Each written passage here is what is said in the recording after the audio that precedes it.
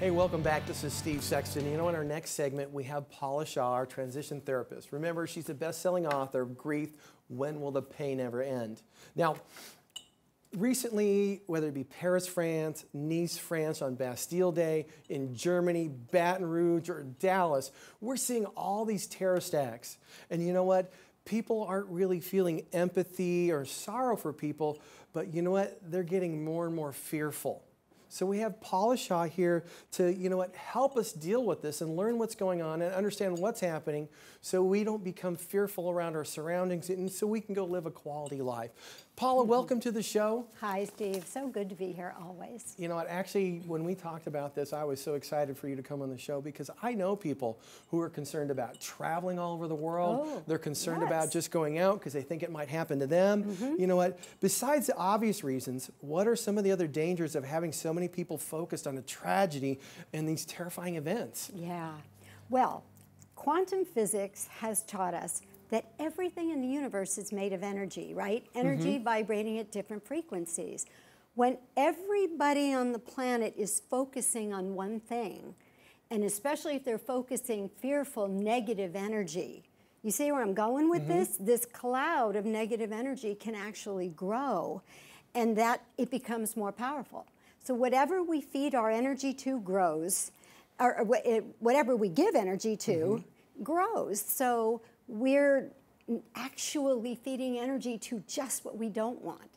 We're actually perpetuating something that we don't want to exist at all, you know, by this concentration. Now, here's the other thing. I see, well, that's a great statement because it leads into the next question. We see people, or I know people who watch these tragedies and watch the filmage over and over and over again. Yes. And it just, I see it just, you know, they get in a bubble over it and it just kind of winds them all up.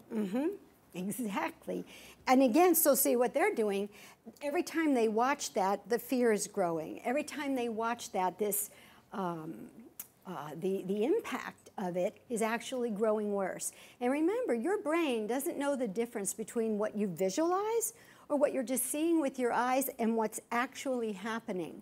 So the impact on your body, on your adrenal glands, on the psyche, watching tragedy over and over and over again is really huge. And it can make us sad. I mean, we all cried when we watched Kennedy's funeral, right? It can make us sad, it can make us anxious, and definitely fearful. And then for some people, that goes to depression. It's like, why even go on? The world is just such a terrible place. I can't tell you how many times in the last couple of weeks I've heard people say, the world is just a terrible place. Well, here's the other thing. I've also had clients that they were like getting ready for their big bucket list tour or cruise, and they're like, well, we're not going to go. Right. We're just not going to go because, you know what, and he actually said, you know, I watched TV, you know, I kept watching it, and it just made me feel like I just don't want to go. It's just it's a tough thing. Now, can people get way overwhelmed with all just watching TV over and over again? Yes. It's like I was saying, it's as real to your brain as though you're watching it out this window here. So the amount of fear that you can create can be huge, even though that most of it is on the other side of the country, other side of the world from where we are here in California for sure. But that doesn't matter. And one of the things that's really strange about life today, there was a time when we all lived in little villages, right? So all you had to be concerned with, or little towns, was what was going on with the people in your neighborhood or the people around you. Now, because of the internet and international news, we are deluged with the pain and the suffering of people all over the world. So well, it almost seems like there's a basic need to watch news. I mean, you know, my wife loves drama. I mean, she loves the Housewives of New York and Orange County, and they love that drama. But when things like this come on, she's on it. And you know what? It makes her anxious about stuff. Absolutely. She makes it worried for our kids to go driving, to go, you know, to go do things. Yes. I know people who aren't going to baseball games or concerts or those anywhere where crowds are gathered. They're fearful. And the thing we have to remember about the news is, you know, unlike this wonderful show that brings people great information, the news is designed to create fear so that you have to come back and watch it again to see what's happened. Am I safe now?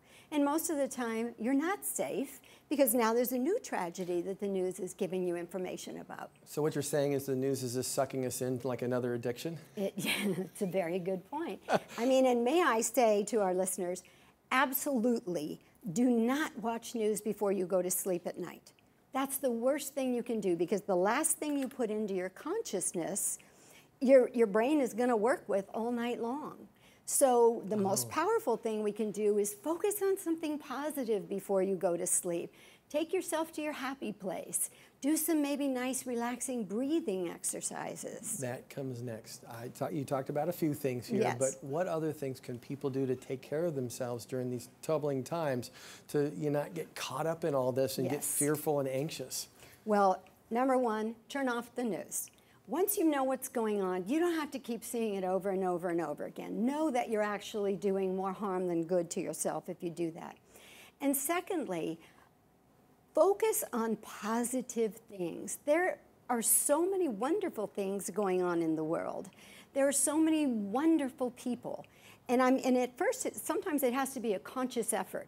You feel yourself starting to spiral into those fearful, negative thoughts. Grab yourself by the scruff of your neck and pull yourself back to thinking about something that feels better. We have to do this consciously, because it's not going to happen naturally, because we're pretty deluged with the negative. But consciously keep pulling yourself back to those positive thoughts, to something wonderful that happened to you or your family this week or today. Try to stay focused on that. Then we can grow that aspect of the collective consciousness.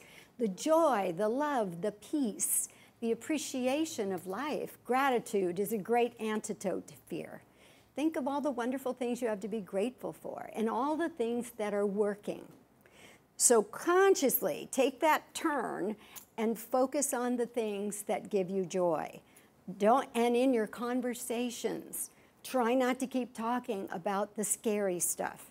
You know, the bad guys win when we're all talking about them and we're all fearful, right? That's right. Paula, thank you so much for coming onto the show today and sharing that with us, because I know a lot of people need that help, because they're seeing this almost week in and week out. It's nuts. Deluged. Yes. Yes. Yes. You know, thanks again for coming on the show. That was wonderful information. Having me. Always now, a pleasure. if you would like to get more information from Paula Shaw, or even help if you're dealing with this, you can go to our website at the Silver Haired Tsunami website, go to the tab for Paula Shaw, connect with her information. Stick with us. We'll be right back.